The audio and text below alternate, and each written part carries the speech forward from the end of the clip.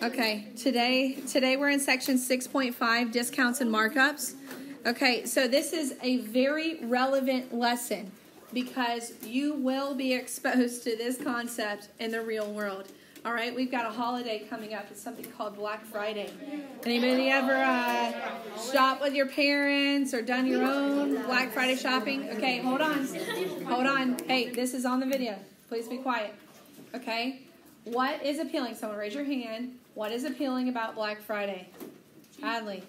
The prices for what you really want are cheaper. Yeah, they're cheaper because they are discounted. Okay, so discounts save us money. But then there is something that is a necessary evil, and that's called a markup.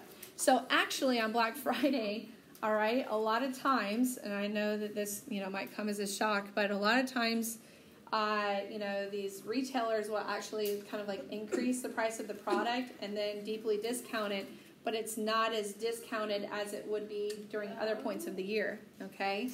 Or they'll actually manufacture a different product. So don't quote me on it because I haven't done tons of research, but I've heard that the Black Friday TVs aren't necessarily the same quality as the TVs that you would buy aside from that. Now, I don't know if that's true or not, but I'm just saying sometimes a discount doesn't look as good as it appears, okay? But a discount, nonetheless, is less money than you would have originally paid. It's a decrease in the original price.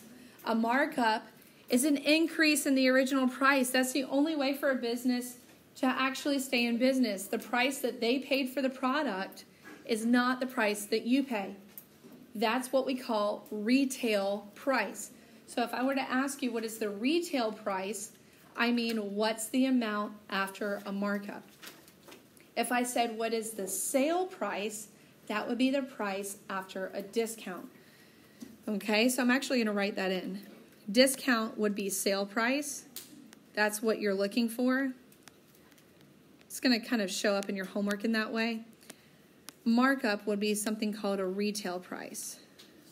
Okay, a retail price. All right, so if you shop in American Eagle and Hollister, Old Navy, what you see on that price tag is not what they paid. And you might think, oh, well, if I'm paying $20 for this shirt, they must have paid $10 for this shirt. It's like far from it. The markup and the amount of profit, especially on clothing, is a lot. Okay, I don't know how much it is per store, but I do know that they are not paying very much money for their product. And that's why, has anybody ever gone to Old Navy and paid like $2 for something? Okay, they probably still made money. Okay, so I mean, it's crazy. So in example 1, it says the original price of a video game is $35. It's on sale for 25% off the original price. What is the sale price? We are going to use the formula A equals P times W. This is the percent equation, okay? But the percentage that is given in the problem, whether it's sale, okay, discount, whether it's a markup, whether I'm going back to find the original price, no matter what I'm doing, I don't use this percentage. What I do is I take that percentage, either I add it to 100, 100% of any number is that number, okay? So if it is discounted, I will subtract the percentage from 100. What is 100 minus 25? 75%. Okay? So what I'm saying is, if that product is 25% off, that means you paid 75% of the original price. Okay? You with me so far? So that is the percentage that you plug in for P, but not as a percent, as a decimal. Okay?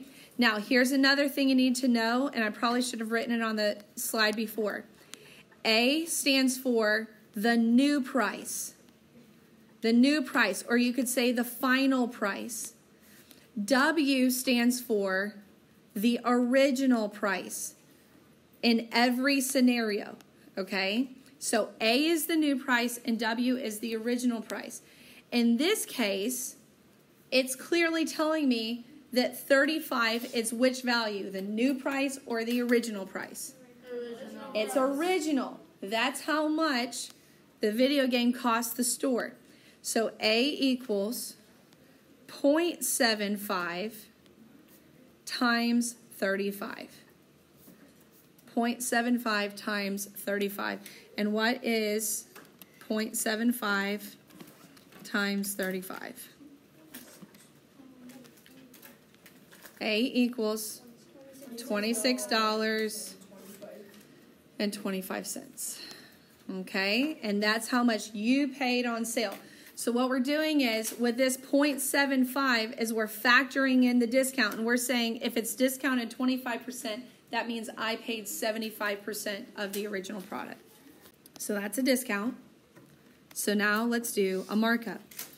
All right, so the nature of reality says that a business cannot stay in business if all they do is sell a product for what they paid for it. How are they going to pay their bills? How are they going to pay their employees?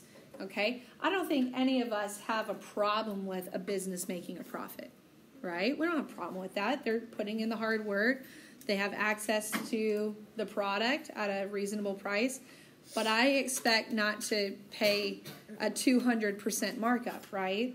So the markup needs to be reasonable. You would think that that's insane, but if we actually could see inside profit margins for companies, I think you would find that a lot of times that margin of profit is really, really big. Okay? Which I'm not saying that that's a bad thing. As long as it's still fair to the customer, that's okay. All right? Still use A equals P times W. Okay? A equals P times W. Where A stands for the new price and W stands for the original price. All right? Now I have my percentage.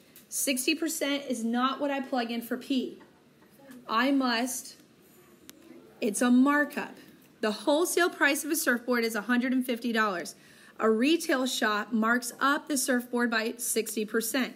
So if I were to subtract 60%, I'm saying it's a discount. So if something is marked up, that means that I'm actually adding 60% to the original value. I'm paying 160% of the original value. Okay? So I would subtract when it's a discount, and I would add the percentage to 100 when it's a markup. Because remember, guys, 100% is the cost of the item. It's not a sale. Okay? You never see sale signs that say, this item is 0% off today. You think you're going to want to buy it? Not unless you mind paying full price. And a 0% markup, again, is you're not making any money. Okay? So 100% is the cost of the item. If it's marked up, I add it to 100. If it's marked down, I subtract it from 100. Am I making sense? Okay? So 160% is what I plug in for P, but not 160. 1.6. It must be the decimal version. A equals, I don't know the retail price. I don't know that new price, the price that I paid. 1.6 times 150. Okay, so what did I pay? $240. Okay, so that's markup and discount. Okay, so now I want you to practice, okay, and stick with the model that I'm teaching you. I appreciate that you guys are kind of thinking out of the box. Stick with this model. I think it's going to help us when we get into example 2. Okay, A equals P times W. Okay, you actually are not going to have to show me like the work off to the side once you understand it, okay? So if it's on sale for 20% off, how much did you pay? You paid, no. How much of a percent did you pay? 80%. You paid 80%. So you take, because it's a discount, you subtract 20 from 100, okay? So I'm just showing you how I figured out this is 80%. You paid 80%, guys. If it's 20% off, that means you paid 80% of the product, okay? It's not difficult, okay? Not that part, at least. Now, what do I plug in for P? 0.8. Okay, so A equals 0.8 times 50. Okay, 0.8 times 50 is $40. All right? So if it's 20% off, that means you paid 80%. Multiply the original amount times 0.8 and you get 40 bucks. Okay? All right. Now let's find original price. Our basis is still the formula. A equals P times W.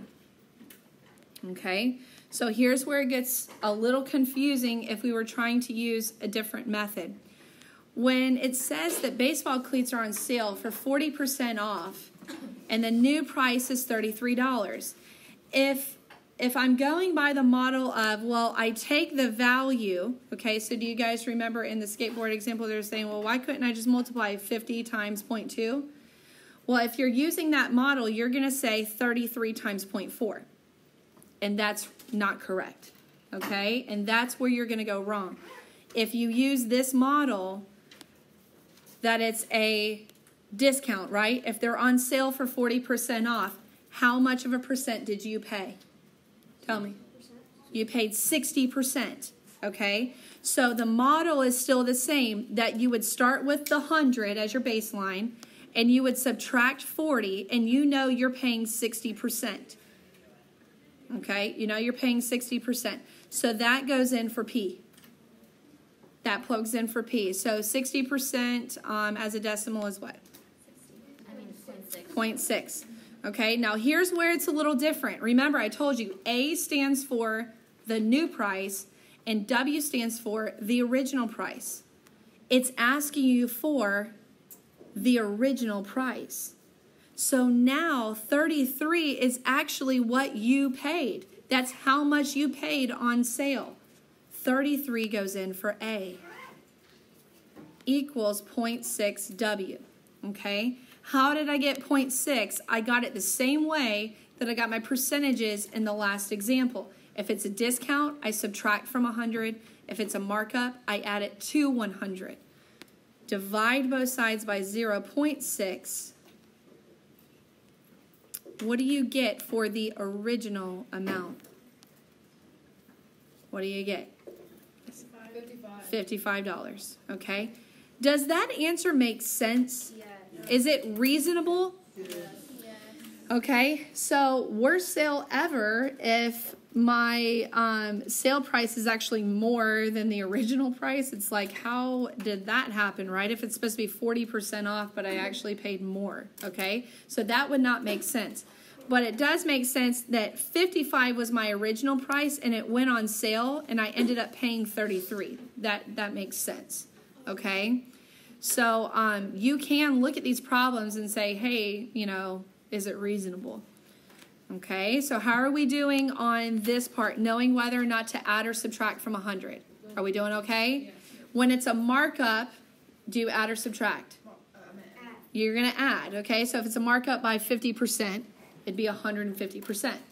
If it's a discount, you subtract, all right? Or if it's a sale. Okay, so now let's look at example 2 again, apparently. The discount on a DVD is 50%. It's on sale for $10. What is the original price? Okay, go ahead and work together in your groups to solve this one. Okay, guys, so if it's discounted, would I add 50 to 100 or subtract it? If it's discounted. Okay, so 100 minus 50, I mean, I can pretty much do that. It's going to be 50%. Well, you say, well, I'm plugging in the same percentage. It's only because it was 50%. Okay, if it was any other percent, you would not be plugging in the same one that was in the problem. All right, so here we go. A equals P times W. Is 10 your P, or I'm sorry, your A or your W? A. 10 is A. I don't know original price. 10 equals 0.5 W.